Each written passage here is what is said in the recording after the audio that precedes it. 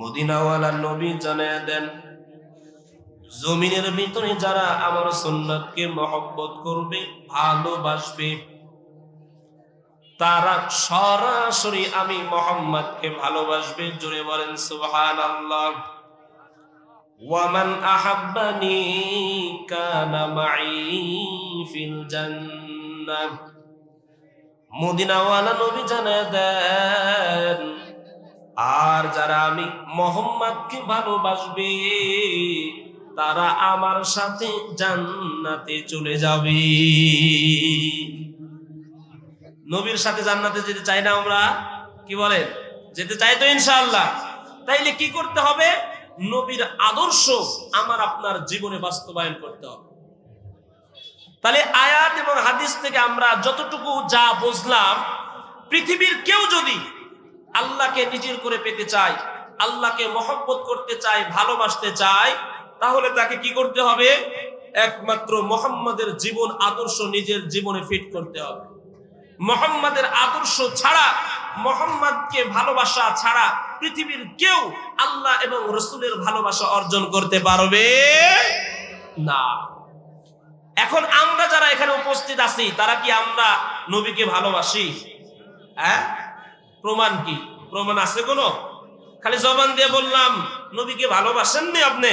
হ্যাঁ হুজুর, নবীকে ভালোবাসি, আল্লাহকে ভালোবাসি, দিন ভালোবাসি, কোরআন ভালোবাসি। এই যে ভালোবাসি শুধু বলি, কিন্তু প্রমাণ লাগবো না? হ্যাঁ? জমিনের ভিতরে একটা যুবক যখন একটা যুবতীর মহব্বত করে, ভালোবাসে, টানা 15 থেকে 20 দিন, 1 মাস, 2 মাস একটা যুবতীর পিছনে পিছনে যখন একটা যুবক ঘুরে বেড়ায়, হঠাৎ করে একদিন যুবতী ডাক দিয়ে বলে, যুবক, এতদিন পর্যন্ত আমার পিছনে পিছনে ঘুরে বেড়াও কারণ কি?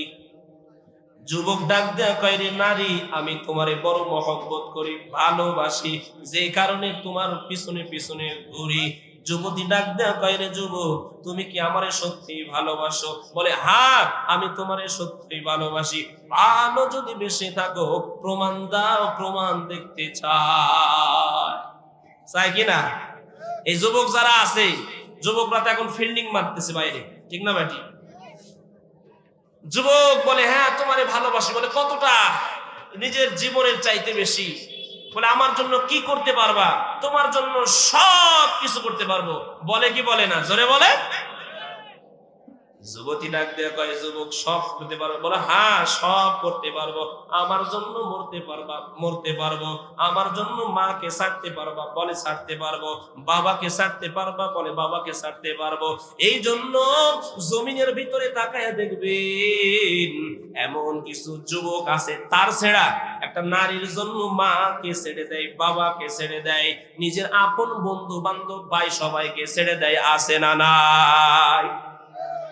কারণ সে একটা নারীর প্রেমে পড়ছে। কার প্রেমে পড়ছে?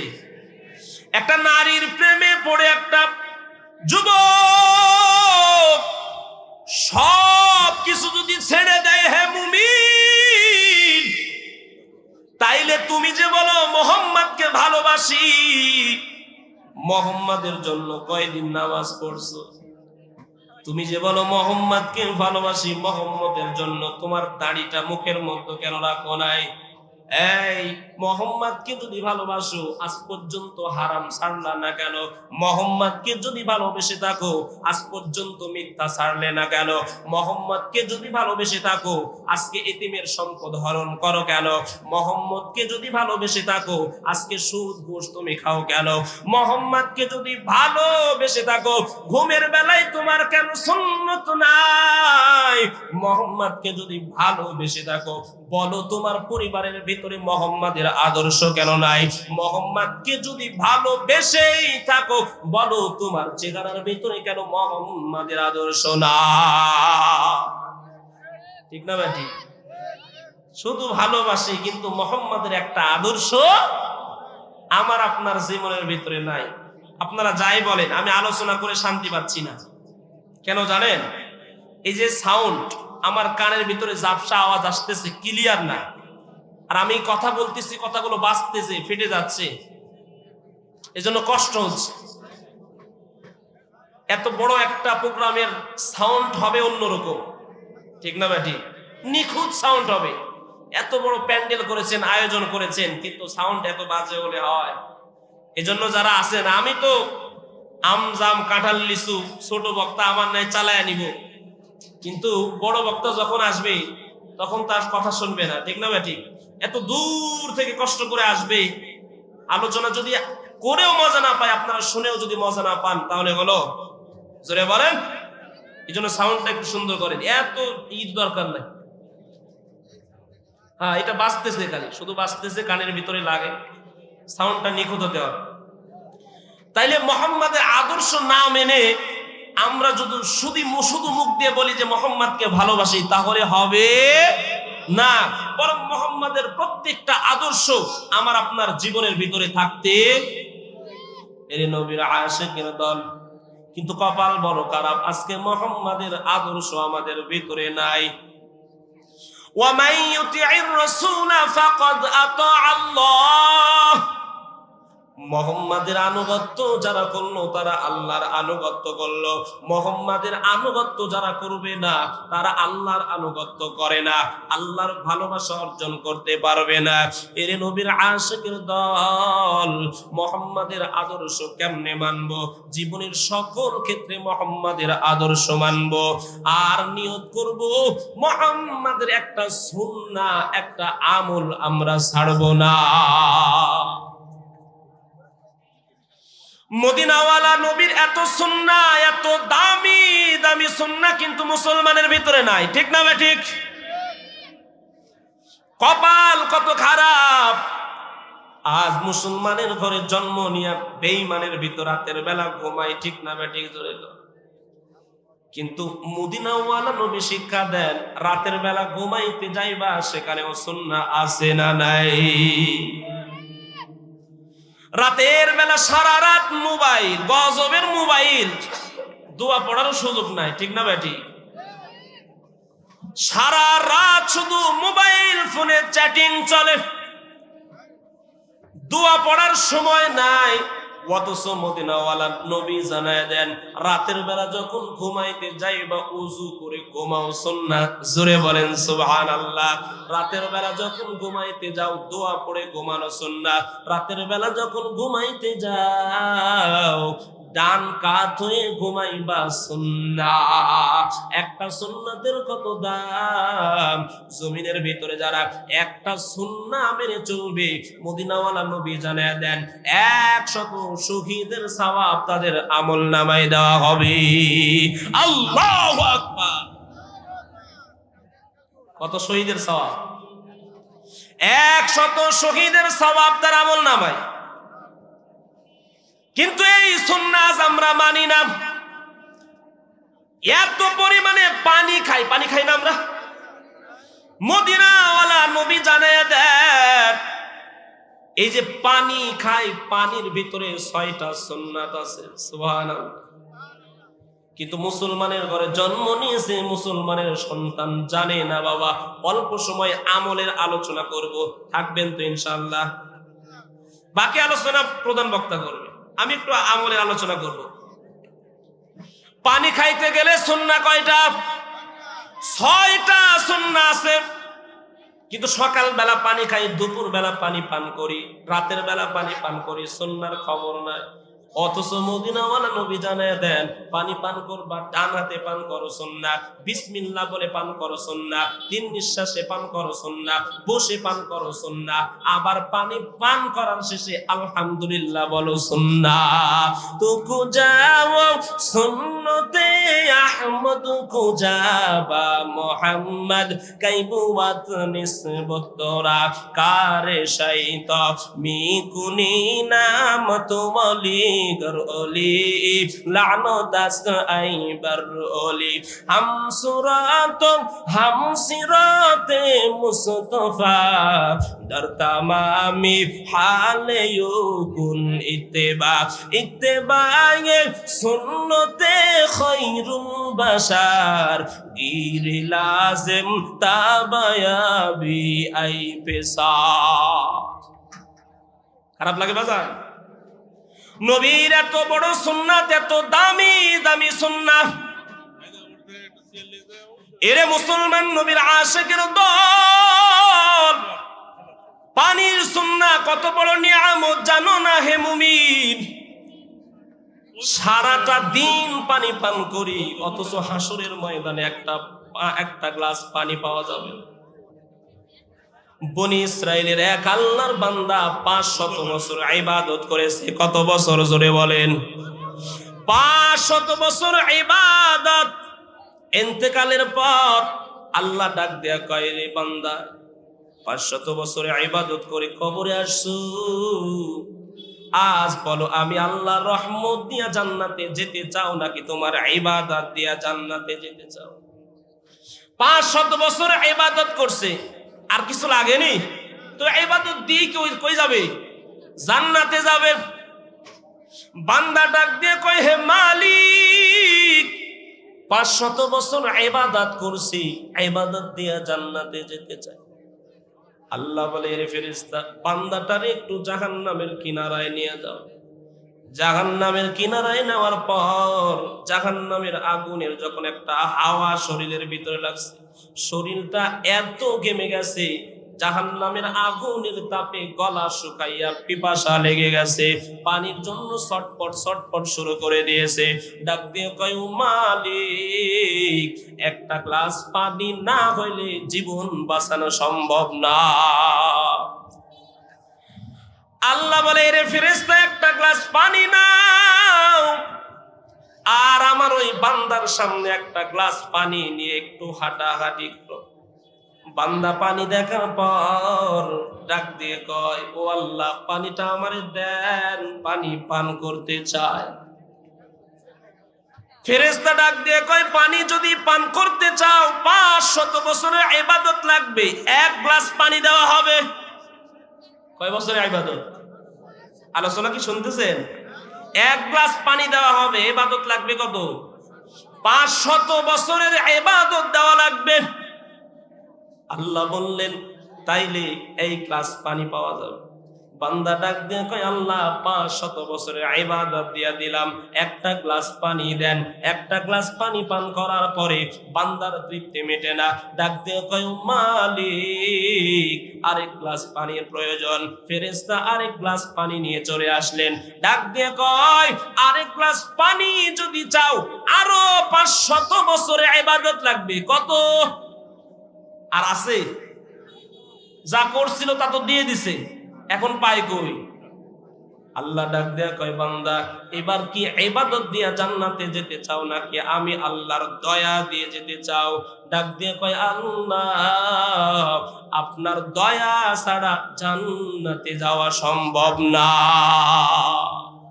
ঠিক না বেটি সম্ভব পাহাড় পরিমাণ আমল আছে লাভ নাই আমল দিয়া যদি জান্নাতে যাওয়া যাইতো সাহাবায়ে কেরাম কান্না করতো না ঠিক না বে ঠিক জোরে বলে এমন একটা সাহাবা নাই যার জীবনে কান্না নাই আবু বকরের মতো সাহাবা সারা রাত দাঁড়ায় দাঁড়ায় কান্না করলেন উমরের মতো সাহাবা সারা রাত দাঁড়ায় দাঁড়ায় কান্না করলেন তার মানে বোঝা গেল আল্লাহর দয়া ছাড়া জান্নাতে যাওয়া যাবে না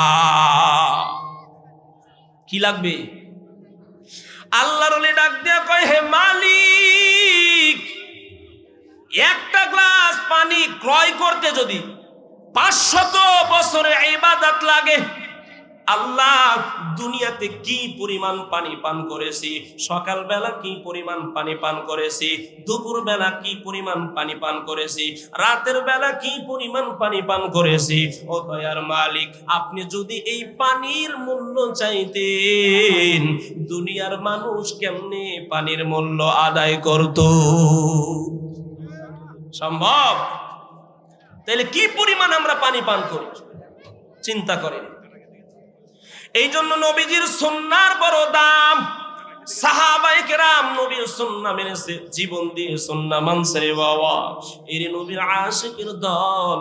আল্লাহ জানিয়ে দেন, কেউ যদি আমি আল্লাহর মহব্বত অর্জন করতে চাও, আমি আল্লাহর ভালোবাসা অর্জন করতে চাও, বিনিময়ে মুহাম্মাদের আদর্শ জীবনে বাস্তবায়ন করে নাও। কারণ আমার মুহাম্মদ এত দামি, মুহাম্মাদের মতো দামি মানুষ পৃথিবীতে আর কেউ না। আমার নবী কত দামি নবী, 63 বছরের জিন্দেগিতে একটা মিথ্যা কথা নাই। আল্লাহু আকবার বলেন। এমন একটা লিডার নেতা দেখান, নির্বাচন করেছেন, নির্বাচিত করেছেন 90 এমপি করছেন না? বুকের ভিতর হাত দিয়ে বলবেন আমার নেতা জিন্দেগিতে কোনোদিন মিথ্যা কথা বলে না, আছে নাকি? কিন্তু মুহাম্মদ এমন একজন নেতা, এমন একজন লিডার, 63 বছরের জিন্দেগিতে একটা মিথ্যা কথা বলে নাই। জোরে বলেন সুবহানাল্লাহ। আর আমগরে নেতা 24টা ঘন্টা শুধু মিথ্যা ছাড়া কথা না। এই জন্যই আল্লাহ বলছে লিডার যদি মানতে হয়, সততা যার ভিতরে আছে, ন্যায় যিনি, তাকেই মানতে হবে। ঠিক না বেটি? এরে আত্রায়ের মানুষ গভীর করে মনোযোগ দেন বাবা। আমার নবী কত দামি নবী, যেই নবীর উপরে একবার দরুদ প্রেম করলে 10টা রহমত নাজিল হয়ে যায়। জোরে বলেন সুবহানাল্লাহ। আল্লাহ জানে দেন মুহাম্মদ এত দামি একজন নবী, এত দামি একজন নবী, মুহাম্মাদের উপরে কেউ যদি একবার দরুদ প্রেরণ করে আল্লাহ 10টা রহমত নাজিল করেন, আবার 10টা গুনাহ মাফ করে দেন। আল্লাহ জানাইয়া দেন আমার মুহাম্মদ এত দামি, মুহাম্মাদের জন্য আসমান পাগল, মুহাম্মাদের জন্য জমিন পাগল, মুহাম্মাদের জন্য পাহাড় পাগল। আমি আল্লাহ আসমান বানাইলাম,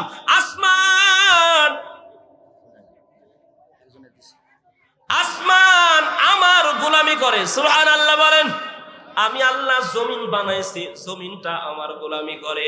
আমি আল্লাহ পাহাড় পর্বত নদী নালা যা কিছু বানাইলাম সব আমার গোলামি করে, সব আমার তাসবিহ পড়ে। কিন্তু আমার মুহাম্মদ এত দামি, আমি আল্লাহ নিজে মুহাম্মাদের তাসবিহ পড়ি। জোরে বলেন সুবহানাল্লাহ। ইমামুল আউয়ালিন আল আখিরিন বাহরে সাদকা রহমাতাল লিল আলামিন সাইয়্যিদুল কাউনাইন খাতমুল মুরসালিন আখিরা মাদবুদে ফখরুল আউয়ালিন শুদা জুদাশ রহমাতাল লিল আলামিন মসজিদে উশুদ হামারু ইয়ে জমিন। সবাই তাসবিহ পড়ে আমি আল্লাহর, কিন্তু আমি মুহাম্মাদের উপরে দরুদ প্রেরণ করি। জোরে বলেন সুবহানাল্লাহ। এত দামি নবী পাইয়া খুশি না বেজার? জোরে বলেন। এই আত্রায়ের মানুষের অবস্থা দেখে তো মনে হচ্ছে যে বেজার আপনারা। যদি বেজারই না হন, এত বড় একটা আয়োজন, এত বড় প্যান্ডেল, লোক কই? 2 দিন ব্যাপী মাহফিল দিছেন, অথচ লোক নাই। রাগটা করছেন নাকি আমার উপরে? হ্যাঁ? আল্লাহ আল্লাহ কবুল করেন, বলেন আমিন। এরে নবীর আশিকের দল, আমার নবী কি পরিমাণ দামি নবী এটা বলবো তো ইনশাআল্লাহ। আমার নবী এত দামি নবী, যার চেহারা দেখে বেঈমানেরা মুসলমান হয়ে গেছে। জোরে বলেন সুবহানাল্লাহ। মদিনাওয়ালা নবী এত দামি নবী, কোরআনে আল্লাহ বহু নবীর নাম নিয়েছেন কি নেন নাই? কোরআনের ভিতরে আল্লাহ বহু নবীর নাম নিয়েছেন। আদমের নাম নিয়েছে, কিন্তু আল্লাহ নাম ধরে ধরে ডাকছে। ওয়া আদম উসকুন আনতা ওয়া যাওজুকাল জান্নাতা ওয়া কুলা মিনহা রাগাদান হাইসু শি'তুমা ওয়া লা তাকরাবা হাযিহিশ শাজারাতা ফাতাকুনা মিনাজ জালিমিন। আল্লাহ বলেন আদমের নাম নিলাম, এখানে নাম ধরে আদমকে ডাক দিলাম। ক্বালু ইয়া মূসা ইন্নী ইসতাফাইতুকা আলান নাস বিরিসালাতি ওয়া বিকালামি ফাখুয মা আতাইতুকা ওয়া কুম মিনাশ শাকিরিন। আমি এখানেও মূসার নাম ধরে ডাকলাম, ইব্রাহিমের নাম ধরে কোরআনের ভিতরে ডাকলাম। ওয়ানাদাইনাহু আইয়া ইব্রাহিম কদ সাদ্দাকতার রুয়া, ইব্রাহিমের নাম ধরে ডাকছি। ইয়া দাউদু, দাউদের নাম ধরে ডাকছি। ইয়া ইয়াহইয়া খুযুল কিতাবা বিকুওয়া, সবগুলো নবীদের নাম ধরে ধরে ধরে ধরে আমি ডাকছি। কিন্তু আমার মুহাম্মদ এত দামি, এত সম্মানওয়ালা, এত মর্যাদাওয়ালা মুহাম্মাদের নাম ধরে ডাকি নাই, বরং মুহাম্মাদের সম্মানে কখনো মজা করে বলছি কম্বলওয়ালা। আল্লাহু আকবার বলেন। ইয়া আইয়ুহাল মুজাম্মিল, ইয়া আইয়ুহাল মুদ্দাসির, কখনো রহমত বানাইয়া বানাইয়া ডাকছি, কখনো বশীর বলে ডাকছি, কখনো নাযীর বলে ডাকছি। ওয়ামা আরসালনাকা ইল্লা কাফাতান লিন-নাযীরা ওয়া বাশীরা, কখনো আবার রহমত। ওয়ামা আরসালনাকা ইল্লা রাহমাতাল লিল আলামিন। আল্লাহু আকবার। তাইলে কি বুঝে আসছে নবী কত দামি? নবীর নাম উচ্চারণ করে আল্লাহ কোরআনে ডাকেন নাই? সুবহানাল্লাহ। এত দামি একটা নবী পাইছি, বুঝি নাই কত দামি নবী। নবুয়তের 23টা বছরের জিন্দেগি উম্মতের জন্য এত পেরেশান করেছেন নবী। দুনিয়াতে আসার পর নবী নিজের পেরেশান করেন নাই, নিজের স্ত্রী সন্তানের পেরেশান করেন না। মদিনাওয়ালা নবী দুনিয়াতে আসার পর একমাত্র উম্মতের জন্য পেরেশান। সেই নবীকে মানার দরকার আছে না নাই? জোরে বলেন। সাহাবায়ে কেরামের দিকে তাকায় দেখেন, নবীকে স্ত্রীর চাইতে, স্বামী, বন্ধু বান্ধবের চাইতে, সবার চাইতে বেশি মহব্বত করছে, ভালোবাসছে। কি পরিমাণ মহব্বত করছে রে মুসলমান!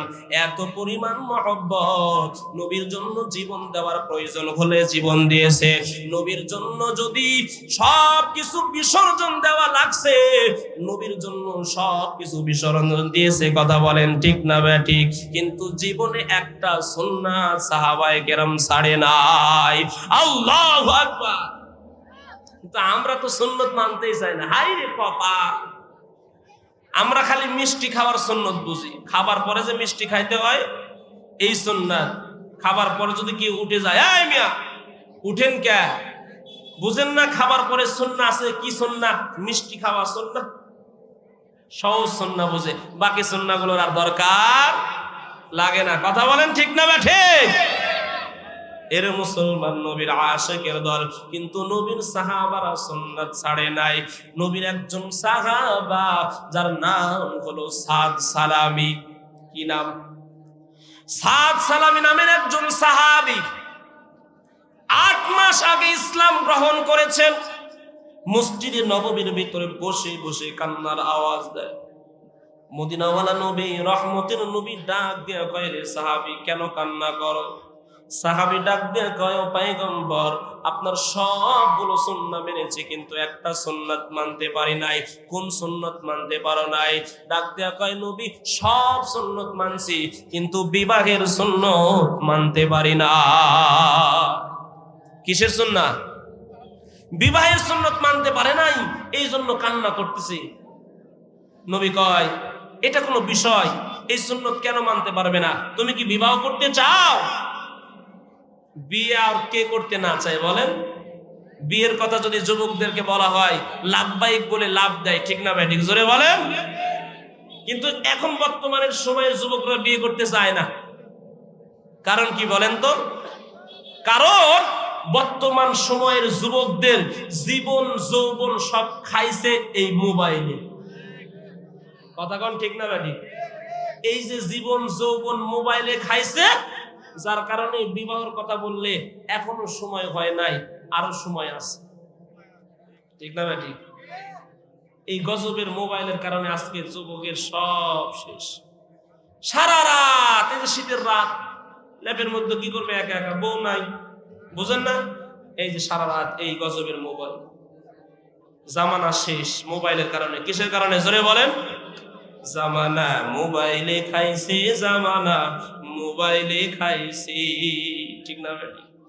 অল্প বয়সের পোলা মাইয়া প্রেমে জড়াইছে, জামানা মোবাইলে খাইছে, জামানা মোবাইলে খাইছে। রেডিও থুইয়া ট্যাপ আইলো, ট্যাপ থুইয়া টিভি, টিভি থুইয়া মোবাইল আইলো, যা খুশি তা পাবি। কথা বলেন না কেন? যেটা ঠিক সেটা তো বলতে হবে। ভয় পাননি? তাহলে একটা আওয়াজ দেওয়া যাবে তো ইনশাল্লাহ। আর মুসলমানের গর্জন হবে বাঘের মতো, কারণ মুসলমান এমন জাতি, সে কখনো ভয় পায় না। কথা বলেন ঠিক না ঠিক? দিন ইসলামকে বিজয়ী করার জন্য, আল্লাহ এবং রাসূলের ইজ্জত রক্ষা করার জন্য কখনো যদি ময়দানে অবতরণ করতে হয়, মুসলমান সিংহের মতো ঝাঁপিয়ে পড়বে। কথা বলো ঠিক কিনা? হুঙ্কার দিতে হবে। দেওয়া যাবে তো ইনশাআল্লাহ। রেডিও থুইয়া ট্যাপ আইলো, ট্যাপ থুইয়া টিভি, টিভি থুইয়া মোবাইল আইলো, যা খুশি তা পাবি। টেলিভিশনে জায়গায় আছে, মোবাইলেও তা আছে, আরো কিছু আজে বাজে মোবাইলে মিলতাছে। এসব কিছু দেখা জাতি, এসব কিছু দেখা জাতি নিশাই মেতেছে জামানা, মোবাইলে খাইছে, জামানা মোবাইলে খাইছে। অল্প বয়সের পোলা মাইয়া প্রেমে জড়াইছে, জামানা মোবাইলে খাইছে, জামানা মোবাইলে খাইছে। কথা বলেন ঠিক না বেটি? নিজের টাকায় মোবাইল কিনা হইছে রে বেঈমান, দূরে থেকে কাছে বলছে পেয়েছি প্রমাণ। এই মোবাইলে যে পরিমাণ মিথ্যা কথা হয়, আমার মনে হয় পৃথিবীর আর কোন জায়গায় এত পরিমাণ মিথ্যা কথা হয় না। নিজের টাকায় মোবাইল কিনা হয়েছে রে বেঈমান, দূরে থেকে কাছে বলছে পেয়েছি প্রমাণ।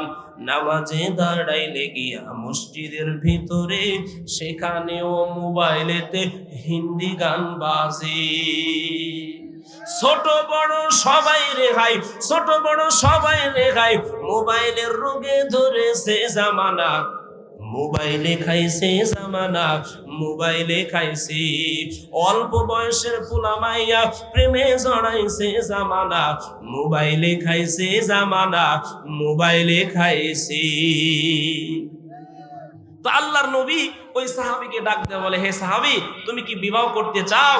সাহাবী বলে, হে রাসূল, বিবাহ তো করতে চাই, কিন্তু বিবাহ করার জন্য যেগুলো লাগে আপাতত এগুলো নাই। বলে কি লাগে?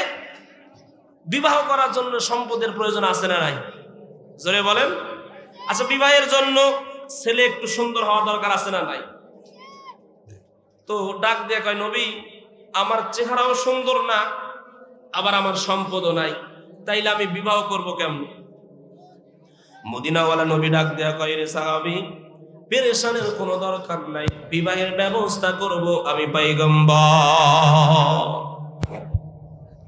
মায়ার নবী ডাক দেয়া কয়, রে সাহাবী, একটা চিঠি লিখলেন, পত্রটা হাতের ভিতরে দিয়ে ডাক দেয়া কয়, মদিনার কিনারায় চলে যাও, সেখানে একজন আমার সাহাবী আছে, সাহাবের কিনারায় যাও, চিঠিটা আমার সাহাবের কাছে দিয়ে দাও, কারণ ওই সাহাবীর একটা কন্যা সন্তান আছে, যার বিবাহ দেবে, বিবাহের উপযুক্ত হয়েছে, যাকে নূরে মদিনা বলা হয়। এত সুন্দর চেহারা, তার জন্য তোমার সাথে বিবাহের ব্যবস্থা করলাম। চিঠিটা নিয়ে ওই সাহাবী মদিনায় চলে গেলেন। যাওয়ার পর আরেকজন সাহাবীর হাতে চিঠিটা ধরায় দিলেন। ওই সাহাবী চিঠিটা হাতের মধ্যে নিয়ে দেখে নবী প্রস্তাব পাঠিয়েছে। কার সঙ্গে? সাদ সালামের সঙ্গে নিজের কন্যার বিবাহের জন্য প্রস্তাব পাঠিয়েছে। এইবার ওই সাহাবী হাতের ভিতরে চিঠি নিয়ে একবার চিঠির দিকে তাকায়, একবার সাহাবীর চেহারার দিকে তাকায়, কারণ হিসাব মিলে না। কারণ আমার কন্যা এত সুন্দর, ছেলে তো দেখতে সুন্দর না, কালা। কেউ যদি কালা দেখতে হয়, তার বিবাহের জন্য সমস্যা আছে না নাই? ছেলেটা এত কালো, আবার ওই সাহাবীর চেহারার মধ্যে বসন্তের দাগ। চিন্তা করলেন, এমন একটা ছেলের সঙ্গে আমার মেয়ের বিবাহ দিতে চাই। তিনি একটু নাকচ করলেন, রাজি হলেন না। সাহাবী মন খারাপ করে চলে গেলেন। এদিকে ভিতর থেকে ওই কন্যা সব কিছু দেখতেছেন। ডাক দেয়া কয়, আব্বাজান, আপনার কাছে যিনি এই মুহূর্তে এসেছিলেন তিনি কে, কি জন্য এসেছে? ডাক দেয়া কয়, তিনি নবীর একজন সাহাবা, নবী তাকে বিবাহের প্রস্তাব নিয়ে আপনার কাছে পাঠাইছে, আমার কাছে প্রেরণ করেছে। আপনি কি বলেছেন? বলে, মা, আমি রাজি হই নাই, কারণ ছেলেটার চেহারা সুন্দর না। নারী ডাক দেয়া কয়, আব্বাজান, চেহারা যদি সুন্দর না হয় প্রস্তাবটা পাঠিয়েছেন কে? দুনিয়ার কোন সাধারণ মানুষ প্রস্তাব পাঠায় নাই, আমার নবী প্রস্তাব পাঠিয়েছেন। আমি চেহারা দেখতে চাই না, সৌন্দর্য দেখতে চাই না, নবী যখন প্রস্তাব পাঠাইছে আমি রাজি হয়ে গেলাম। আল্লাহু আকবার। রাজি হয়ে গেলেন। সাথে সাথে সাদ সালামি নামের সাহাবীকে কাছে নেওয়া হলো। ডাক দিয়ে কয়, মদিনাওয়ালা নবীর কাছে খবরটা পাঠায় দাও, আমার কন্যা বিবাহের জন্য রাজি হয়ে গেছে। মদিনাওয়ালা নবীর কাছে যাওয়ার পর ডাক দিয়া কয়, ও পয়গম্বর, আপনার সাহাবী বিবাহ দেওয়ার জন্য প্রস্তুত হয়ে গেছে। এইবার নবী ডাক দিয়ে কয়, পেরেশান করো না, বিবাহ এখনো হয়ে যাবে। কিন্তু সাদ সালামি কান্না করতেছেন। নবী ডাক দিয়ে কয়, বিবাহের জন্য কন্যা রাজি, তুমি কেন কান্না করতেছো? মেয়ে রাজি হয়ে গেছে অথচ কান্না করতেছে, বলেন বিষয়টা কেমন লাগে? সাহাবী ডাক দিয়ে কয়, ও পয়গম্বর, বিবাহ করার জন্য মোহরানা আদায় করার দরকার আছে না নাই? আজ বর্তমান সময়ের মোহরানা কত? 10 লাখ নগদ নাকফুল আছে না নাই? জোরে বলেন। 10 লাখ টাকা মোহরানা বাঁচছে, নগদ কত? নাকফুল। এইরকম বাটপারি বর্তমান সময় চলতেছে, কথা বলেন ঠিক না বেঠি? বউ চেঞ্জ হয়ে যায় কিন্তু মোহরানা শোধ হয় না, কথা বলেন ঠিক না বেঠি? মদিনাওয়ালা নবী ডাক দিয়ে কয়, রে সাহাবী, পেরেশানের কোনো দরকার নাই। আরেকটা চিঠি লিখে নবী বললেন, যাও আবার উসমানের কাছে চলে যাও। উসমানের কাছে চলে গেলেন। উসমানকে যখন চিঠিটা দেওয়া হলো, উসমান চিঠি দেখে বিবাহের মোহরানার জন্য 10,000 দিরহাম দিয়ে দিলেন। জোরে বলেন সুবহানাল্লাহ। এর নবীর আশিকের দল। উসমান এমন একজন সাহাবা, আল্লাহ যাকে দুনিয়াতে সার্টিফিকেট দিয়েছেন জান্নাতের, উসমান ফিল জান্নাহ, উসমান হলেন জান্নাতি। উসমান এত দামি একজন সাহাবা, উসমানের ব্যাপারে আমার নবী জানায় দেন, উসমানের সাথে আমার 2টা কন্যাকে বিবাহ দিয়েছি, আরো একটা কন্যা যদি থাকতো আমি সেটাকেও উসমানের সাথে দিতাম। এত দামি সাহাবী উসমান, সেই উসমান এত পরিমাণ দান করেন, বিবাহের জন্য 10,000 দিরহাম দিয়েছে। নবীর আশিকের দল। ওই সাদ সালামি 10,000 দিরহাম নিয়ে মদিনার বাজারে চলে গেছেন বিবাহের বাজার করার জন্য। বিবাহের বাজার করবে আনন্দ, মদিনার বাজারে চলে গেলেন। এদিকে হঠাৎ করে জিহাদের আওয়াজ, হাইয়া আলাল জিহাদ। সাহাবী পেরেশানির ভিতরে পড়ে গেলেন। আমি মদিনার বাজারে গেলাম বিবাহের বাজার করার জন্য, কিন্তু এদিকে বাজনা শোনা গেল, জিহাদের আওয়াজ। জিহাদের দামামা যখন বেজে গেছে, আমি কেমনে এই সময় আনন্দ করে বিবাহ করব? কারণ নবীর সাহাবারা জিহাদের ময়দানে শহীদ হবে, আর আমি আনন্দে বিবাহ করব না, না করতে পারি না। কিন্তু আমি মদিনার বাজার থেকে যদি জিহাদের ময়দানে অংশগ্রহণ করি, নবী সহ্য করবে না, নবী আবার ফেরত পাঠাবে, ঠিক না ভাই? ঠিক।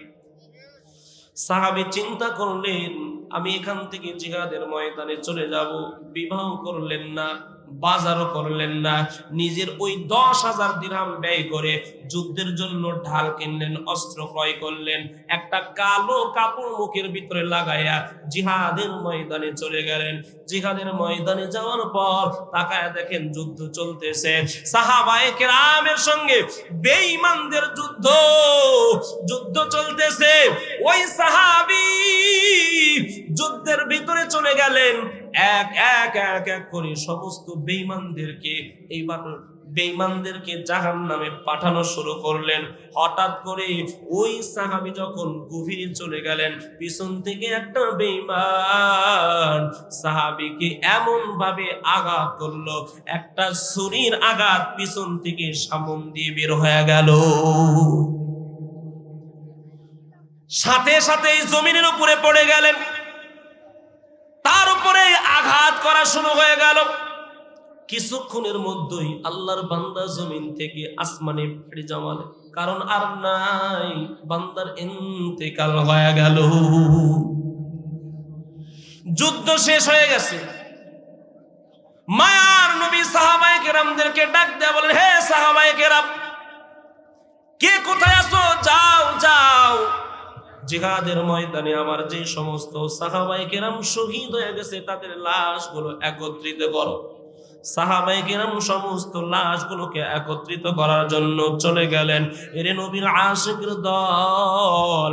হঠাৎ করে একটা সাহাবী আওয়াজ দিয়ে কয়, ও পয়গম্বর, আপনি যে সাহাবাকে বিবাহ করার জন্য মদিনার বাজারে প্রেরণ করেছেন বাজার করার জন্য, সে কেন জিহাদের ময়দানে পড়ে আছে? নবী একটা দৌড় দিয়ে সাদ সালামের কিনারায় চলে গেলেন। নবীর চোখ দিয়ে পানি দর দর দর দর করে পড়ে যায়। নবী সাদ সালামের মাথাটা নিজের উরু মুবারকের উপরে নিয়ে কান্নার আওয়াজ, নবী কান্না করতেছেন, সাদ সালামের দিকে তাকায় আছেন।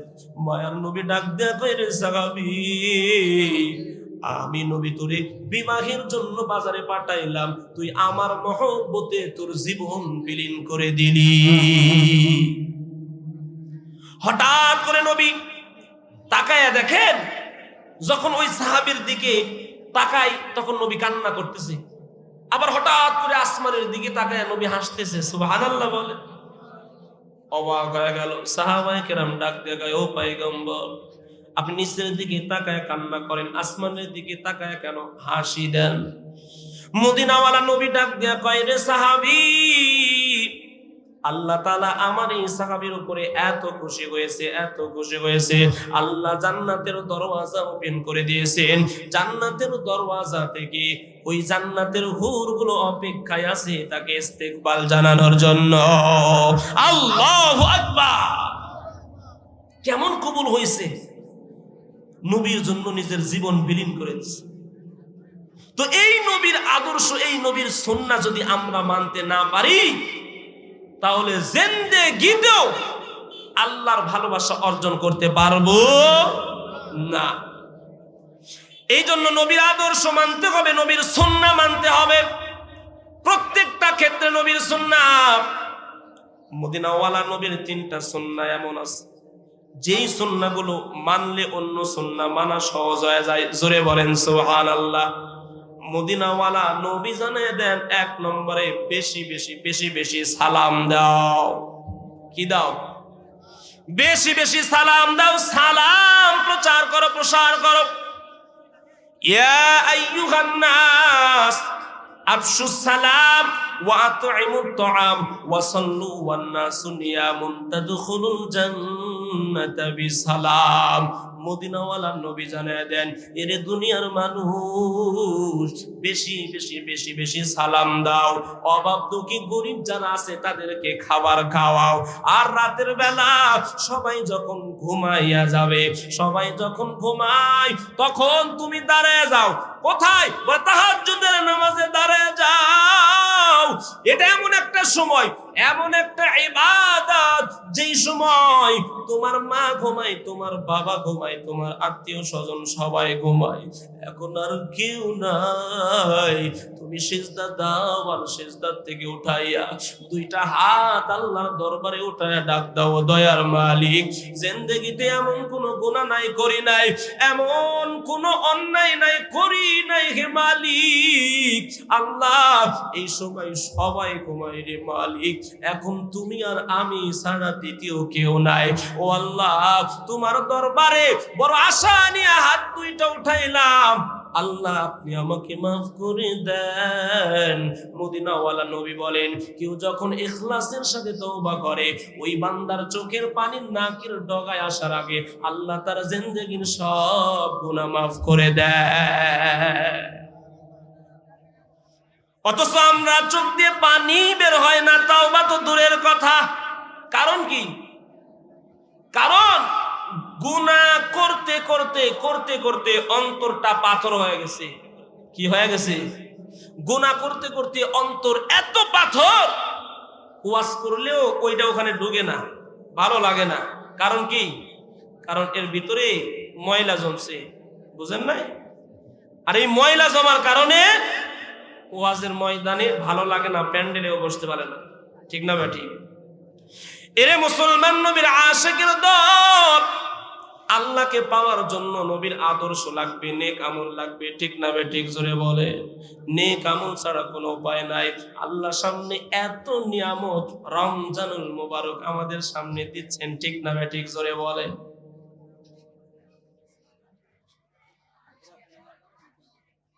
এই যে আমরা যারা গেটের সামনে এই সাইডে দাঁড়ায় আছি, আমাদের কি সমস্যা বুঝলে? হ্যাঁ, মেহেরবানি করে মাহফিলের সম্মান রক্ষার ক্ষেত্রে অথবা আজকের এই এলাকাবাসীর সম্মান রক্ষার্থে মেহেরবানি করে ভিতরে বসে যাই। হযরত এই এলোমেলো দেখলে পছন্দ করবেন না, রাগ করবেন। তিনি কিন্তু খুবই রাগী মানুষ, আপনারা হয়তো জানেন। এই এলোমেলো পরিবেশ তিনি পছন্দ করবেন না। আমি কিছুক্ষণের মধ্যে ছেড়ে দিব, এরপরে হযরত চলে আসবে ইনশাআল্লাহ। তাহলে সামনে রমজানুল মুবারক, ইবাদতের মৌসুম। রমজান এত দামি একটা মাস, এত দামি একটা মাস। বান্দা রমজানে ইবাদত করবে, বান্দার ইবাদতের জন্য আল্লাহ তাআলা শয়তানকে পর্যন্ত শিকল বন্দী করবেন। জোরে বলেন সুবহানাল্লাহ। রমজান মাস এত দামি মাস, রমজানে ইবাদত করো। রমজানের রোজা এত দাম। মান সামা রমাদান ঈমানাও ওয়া ইহতিসাবান গুফিরা লাহু মা তাকদ্দামা মিন যামবি। মদিনাওয়ালা নবী জানায় দেন, রমজানুল মুবারকে যারা একটা রোজা রাখবে, আমার নবী বলেন তাদের পিছনের সব গুনাহ মাফ করে দেওয়া হবে। আতিনা ফি দার দুনিয়া না হাসান, আতিনা ফি দারে উকবানা হাসান, ইয়া গিয়াসাল মুস্তাগীসিন আহদিনা লফতিখারা বিল উলুমি ওয়াল গিনা। হর গরিদে নেক তু তৈয়ার হাই, जो न मांगे उससे तू बेजार हाय। আল্লাহ এত নিয়ামত রমজানে দিয়েছে। রমজানে শুধু বরকত আর বরকত, বরকত আর বরকত। হায়াতের মধ্যে বরকত, রিজিকের মধ্যে বরকত, এত বরকত, আমলের মধ্যে বরকত। অন্য মাসে একটা নফল ইবাদত, একটাই সওয়াব, কিন্তু রমজান এত দামি। রমজানে যদি কেউ একটা নফল ইবাদত করে, একটা ফরজের সমান সওয়াব। জোরে বলেন সুবহানাল্লাহ। একটা ফরজ যদি কেউ আদায় করে, ৭০টা ফরজের সমান সওয়াব দেওয়া হবে।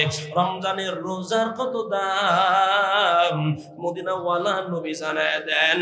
রমজানুল মুবারকে কেউ যদি একটা রোজা রাখে, আমার নবী বলেন একটা কাকের বাচ্চা জন্মগ্রহণ করার পর থেকে বৃদ্ধ হওয়া পর্যন্ত আসমানে উড়তে উড়তে উড়তে উড়তে যত দূর যায়, রমজানে কেউ যদি একটা রোজা আদায় করে, আমার নবী বলেন একটা কাক উড়তে উড়তে যত দূর যায়, বান্দা রোজা রাখার কারণে জাহান্নাম থেকে তার চাইতে বেশি দূরে যাবে। সুবহানাল্লাহ বলেন না সুবহানাল্লাহ। রমজান এমন একটা দামি মাস, এমনি দামি হয় নাই, কারণ মহাগ্রন্থ, শ্রেষ্ঠ গ্রন্থ কোরআন, রমজানুল মুবারকে আল্লাহ তাআলা কোরআন নাজিল করেছেন। জোরে বলেন সুবহানাল্লাহ। এমন একটা রজনীতে আল্লাহ কোরআন পৃথিবীর ভিতরে প্রেরণ করেছেন, যেই রজনীটা আল্লাহর কাছে বড় দামি। জোরে বলেন সুবহানাল্লাহ। ইন্না আনজালনাহু ফি লাইলাতিল কদর, আমি কদরের রাত্রিতে, মহামান্বিত সম্মানিত এই কদরের রাত্রিতে কোরআনকে নাজিল করেছি। ওয়ামা আদরাকা মা লাইলাতুল কদর, তোমরা কি জানো কদর কি? লাইলাতুল কদরি খায়রুম মিন আলফি শাহর, এটা এমন একটা রাত্রি, হাজার মাস ইবাদত করলে যেই পরিমাণ সওয়াব, একটা রজনীতে যদি কেউ ইবাদত করে, অন্য মাসে হাজার মাস ইবাদত করলে যে সওয়াব, তার চাইতে বেশি সওয়াব তার আমলনামায় দেওয়া হবে। তো এই দামি গ্রন্থ কোরআনটা এই রাত্রিতেই আল্লাহ নাজিল করেছেন। আপনারা খুশি না বেজার? এই কোরআনের ময়দানে আমরা আজকে উপস্থিত হয়েছি কেন? কোরআনের বাগানটাকে তরতাজা রাখার জন্য। আপনারা জানেন আজকের এই মাহফিলটা মূলত একটা মাদ্রাসার উন্নতি কল্পে মাহফিল, ঠিক না ব্যাঠিক? জোরে বলেন ঠিক না ব্যাঠিক? সুতরাং কোরআন যেন এই পৃথিবীর ভিতরে কিয়ামত পর্যন্ত প্রতিষ্ঠিত থাকে, সেই কারণে আমাদের কিছু করণীয় আছে না নাই? তো কোরআন কেমনে প্রতিষ্ঠিত থাকবে? যখন মাদ্রাসা প্রতিষ্ঠিত থাকবে তখন কোরআন থাকবে, ঠিক না ভাই? ঠিক। হে মুসলমান, এই মাদ্রাসা যদি প্রতিষ্ঠিত রাখতে হয় তাহলে মাদ্রাসার ছাত্র দরকার আছে না নাই? ছাত্র যদি দরকার থাকে তাহলে মাদ্রাসায় বিল্ডিং এর দরকার আছে না নাই? হ্যাঁ, মাদ্রাসার বিল্ডিং এর কাজ চলতেছে, আপনারা কি জানেন? হ্যাঁ, তো আত্রায়ের মানুষের কাছে আমি তাকে জান্নাত পর্যন্ত নিয়ে যাই। জোরে জোরে বলেন সুবহানাল্লাহ। ইন্নাল আবরার লাফি নাঈম ওয়া ইন্নাল ফুজ্জার লাফি জাহিম।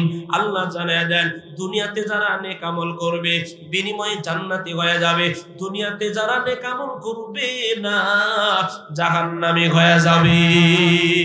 জিন্দেগি মে বন্দেগি তু करना है, जिंदगी में बंदगी शर्मिंदा है, जिंदगी में बंदगी शर्मिंदा है। आए थे हम कुछ न कुछ खरीदने को, जैसे हो रोशन मेरे कल्ब वरना कोई चारा दुजहा में नहीं, जिंदगी में बंदगी तू करना है, जिंदगी में बंदगी शर्मिंदा है, जिंदगी में बंदगी शर्मिंदा है। दुनिया में हो दुनिया का तालब गार न हो, बाजार से गुजर हो खरीदार न हो, ये दुनिया एक मिसल का गज़फुल है, जिंदगी में बंदगी तू करना है, जिंदगी में बंदगी शर्मिंदा है, जिंदगी में बंदगी शर्मिंदा है। जोरे बोलें मरहबा। जिंदगीते किसेर दरकार? इबादतेर दरकार। दुनियाते जारा इबादत करबी আল্লাহ দুনিয়াতেও তোরে ইবাদতের মাধ্যমে বিপদ থেকে রক্ষা করবে, আবার আখিরাতেও আল্লাহ ইবাদতের মাধ্যমে মুক্তি দান করবে। এরে নবীর আশিকদের দল, তিন আল্লাহর বান্দা রাতের অন্ধকার পাহাড়িয়া অঞ্চল দিয়ে চলতেছে। হঠাৎ করে বৃষ্টি শুরু হয়ে গেল। তিন আল্লাহর বান্দা আশ্রয় নেওয়ার জন্য একটা গর্তের ভিতরে চলে গেলেন। গর্তের ভিতরে যাওয়ার পর হঠাৎ করে একটা বড় পাথর গড়তে গর্তের মুখটা বন্ধ হয়ে গেল। এত বড় পাথর তিনজন মিলে সরানো সম্ভব না। এই পাথর সরাইতে গেলে কমপক্ষে 50 থেকে 100 জন মানুষের প্রয়োজন। তিনও আল্লাহর বান্দার বড় বিপদ। বিপদে যখন বান্দাই পড়ে তখন মাওলার কথা স্মরণ হয়, ঠিক না বেটি? তার আগে স্মরণ হয় না। এই যারা দাঁড়ায় আছে ভিতরে চলে আসি, হুজুর চলে আসবে, হযরত চলে আসবে, আমরা পরিবেশ নষ্ট না করে ভিতরে বসে যাই ইনশাআল্লাহ। তিন আল্লাহর বান্দা বিপদের ভিতরে পড়ে গেছে। তিনজন এখন পরামর্শ শুরু করে, হায় পাথরটাকে কেমন করে সরানো যায়। তিনজন পরামর্শ করলেন। পরামর্শ করে এবার একজন ডাক দিয়ে কয়, জিন্দেগিতে কোনো আমল নাই, তবে যতটুকু নেকামল করেছি, নেকামল করে যদি দোয়া করি, আল্লাহ বিপদ থেকে মুক্তি দান করবেন। সুবহানাল্লাহ। এক আল্লাহর বান্দা হাত তুলে দোয়া শুরু করলেন। দোয়া বিপদের সময় ইখলাস ভিতরে পয়দা হয়, ঠিক না ঠিক? হাত দুইটা তুলে ডাক দেখো, মালিক জিন্দেগিতে আল্লাহ তেমন কোনো ইবাদত করি নাই, তবে ও আল্লাহ আমার একটা ইবাদত আছে, যে ইবাদতটা একমাত্র আপনার জন্য করেছি। কি ইবাদত? বান্দা ডাক দিয়ে কয়, আল্লাহ দুনিয়াতে আমার মা বাবা জীবিত ছিল, আমার একটা আমল, যতক্ষণ মা বাবাকে না খাওয়াইতাম না পান করাইতাম ততক্ষণ পর্যন্ত আমার সন্তানদেরকে খাওয়াইতাম না পান করাইতাম না। ও আল্লাহ আমি বড় গরিব, একদিন কাঠ কাটার জন্য বাগানের ভিতরে চলে গেলাম, আমি ঘরে ফিরতে আজ বড় দেরি হয়ে গেল, যার কারণে রাতের বেলা খাবার নিয়া একটা গ্লাস দুধ নিয়া যখন মায়ের কিনারায় গেলাম, তাকায় দেখি মা ঘুমায়, তাকায় দেখি আমার বাবাও ঘুমায় গেছে। এই হালাতে আমি এখন কি করব? আমার সন্তানগুলো খাওয়ার জন্য কান্নাকাটি শুরু করে দিয়েছে। আমি আমার সন্তানদেরকে বললাম, একটু ধৈর্য ধর বাবা, ধৈর্য ধর, মা বাবাকে যতক্ষণ না পান করাবো তোমাদেরকে পান করাবো না। আমার সন্তানগুলো কান্না করতে ঘুমায়া গেল, কিন্তু আমার মা বাবার শিওরে দাঁড়ায় থাকলাম। সকালবেলা মা বাবাকে পান করাইয়া সন্তানদের পান করাইছি। ও দয়ার মালিক, আমার এই আমলটা যদি আপনার দরবারে পছন্দ হয়, এই আমলের উসিলা করে আল্লাহ পাথরের বিপদ দূর করে দাও। এই ময়দানের মধ্যে এমন মানুষ আছে যার মা নাই, আছে না নাই? বাবাও নাই, এতিম। হায়রে মা, কতদিন মা যে আমার জন্য পেরেশান করছে। রাতের বেলা যখন মা আমাকে কোলে নিয়ে ঘুমাইতো, শান্তি মতো মা ঘুমাইতে পারতো না। মায়ের গর্ভের ভিতরে আমার বয়স যখন 7-8 মাস হয়ে গেছে, মা ডান পাশে ঘুমাইতে গেলে আমি পেটের ভিতরে নাড়া দিই। মা মনে করে আমার কলিজার টুকরার বড় কষ্ট হয়, মা বাম পাশ হয়ে আবার ঘুমায় যায়। আবার যখন নাড়া দেই, মা আবার উপর হইতে পারে না, চিত হয়ে ঘুমায়। এ পাশ ও পাশ করতে মা সারা রাত ঘুমাইতে পারে না। এত কষ্ট করার পর দুনিয়াতে আসার পর রে সন্তান, দুনিয়াতে আসার পর আমার আপন বলতে কেউ নাই। আমার বাবা যদি আমারে না দেখতো, আমার আত্মীয় স্বজন যদি, আমার মা যদি আমারে না দেখতো, বলো আমাকে আপনাকে কে দেখতো? কিন্তু ওই মা নিজে না খাইয়া, নিজে না পান করে আমাকে খাইয়েছে, পরিয়েছে। কিন্তু কপাল বড় খারাপ, আজকে সন্তান প্রতিষ্ঠিত হওয়ার পরে ওই মা বাবাকে দেখতে পারে না, ঠিক না ঠিক? এমন হাজারো সন্তান আছে নাফরমান, মাকে গালি দেয়, আছে না নাই? মাকে মারে, আঘাত করে, অথচ ওই মায়ের কষ্টর কথা কি বলবো রে বাবা। আমার লাইগা কাঁদলি মা গো, আমার লাইগা কাঁদলি মাগো সারাটি জনম, কোথায় গেলে পাবো আমি এমন আপনজন, কোথায় গেলে পাবো আমি এমন আপনজন। কত রাত ঘুমাওনি মা গর্বে যখন আমি, কত কষ্ট সয়েছে ও জানে অন্তর যাবি। কত রাত ঘুমাওনি মা গর্বে যখন আমি, কত কষ্ট সয়েছ জানে অন্তর যাবি। চে আমার মুখের পানে মা, যে আমার মুখের পানে জুড়াইতি দুই নয়ন, কোথায় গেলে পাবো আমি এমন আপনজন, কোথায় গেলে পাবো আমি এমন আপনজন। আচল বিছাইয়া মাগো কুহিতে কান্দিয়া, আমার বুকের মানিক আল্লাহ রাইখো গো বাঁচাইয়া। আচল বিছাইয়া মাগো কুহিত কান্দিয়া, আমার বুকের মানিক আল্লাহ রাইখো গো বাঁচাইয়া। আমারও সুখের কালে মা,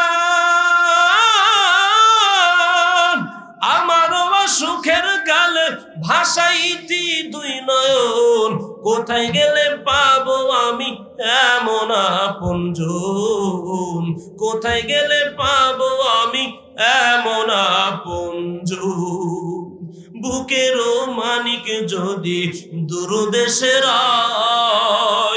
যাই না বাজে বৈশাখ কাঁদে আমার মা।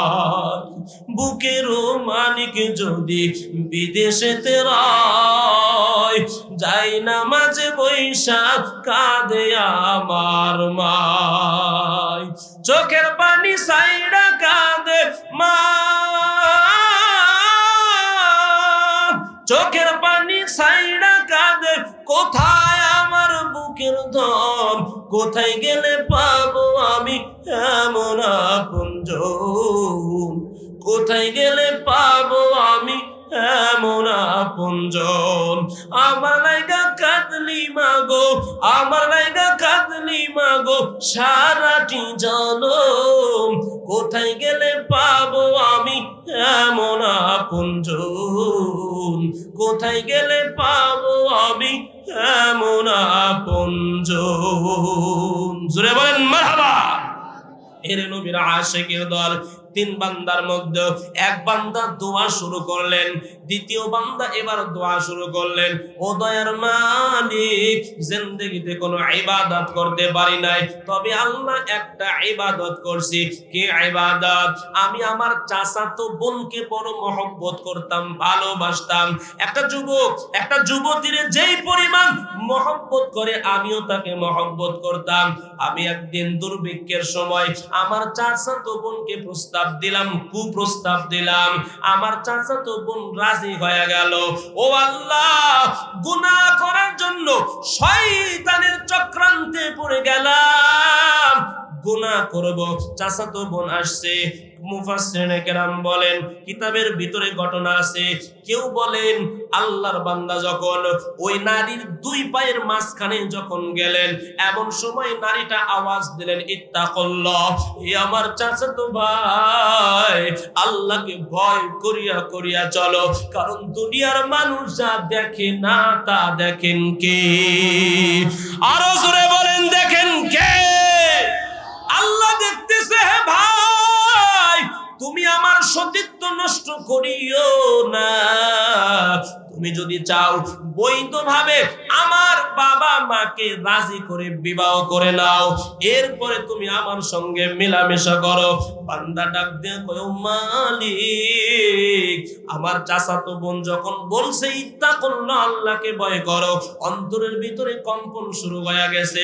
ও আল্লাহ, একমাত্র তোমার ভয়, তোমার ভয় নিয়ে আমি গুনাহটা ছেড়ে দিয়েছি রে আল্লাহ। আমার এই কাজটা, আমলটা যদি পছন্দ হয়, পাথরের বিপদ থেকে মুক্তি দান করে। আল্লাহ বলে কেউ যদি ইখলাসের সাথে তওবা করে, আল্লাহ সাথে সাথে বান্দার তওবা কবুল করেন। বলেন সুবহানাল্লাহ। আল্লাহ তাআলা দোয়া কবুল করলেন, পাথরটা আরো কিছু সরে গেল, কিন্তু বের হওয়া সম্ভব হয় না। তৃতীয় বান্দা দোয়া শুরু করে দিলেন, ও দয়ার মালিক, জিন্দেগিতে তেমন কোনো আমল করতে পারি নাই আল্লাহ, তবে একটা আমল করেছি।